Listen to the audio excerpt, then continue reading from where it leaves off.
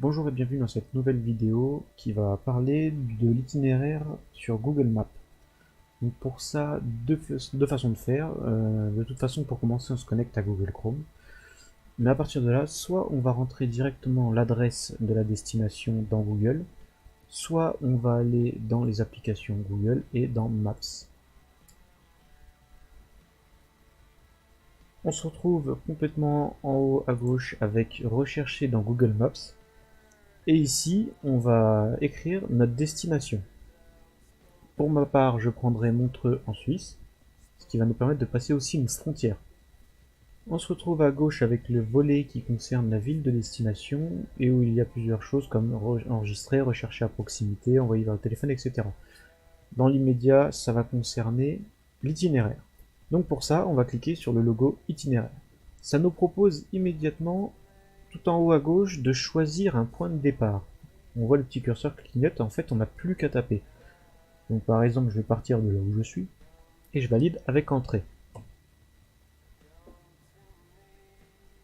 On voit donc le chemin proposé en bleu, et en gris, on va avoir les chemins alternatifs. Donc c'est ce qui va se trouver dans la partie blanche à gauche, donc via A6, via A6 et A36, via A6, RN5, N5.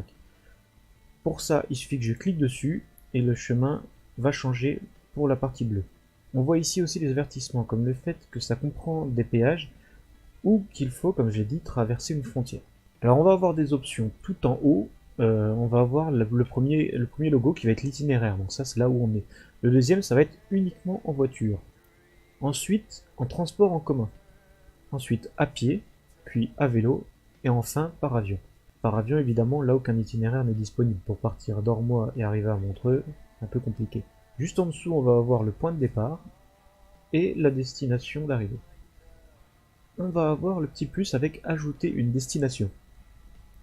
On va pouvoir cliquer dessus, et par exemple, avant d'aller à Montreux, j'aimerais pouvoir repasser par une autre ville.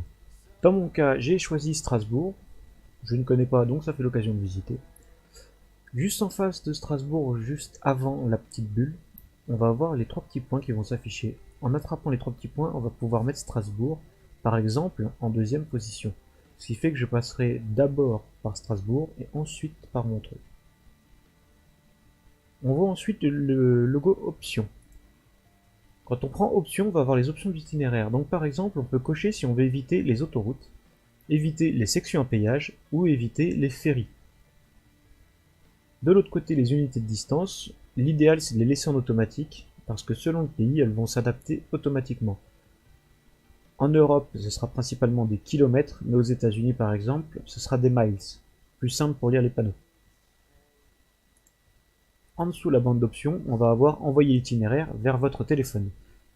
Ça va être pratique quand vous allez avoir un smartphone, donc Apple ou les Android, donc Samsung, enfin tout ce qui va être les marques dérivées. En cliquant dessus, ça va automatiquement envoyer ce trajet-là à votre téléphone.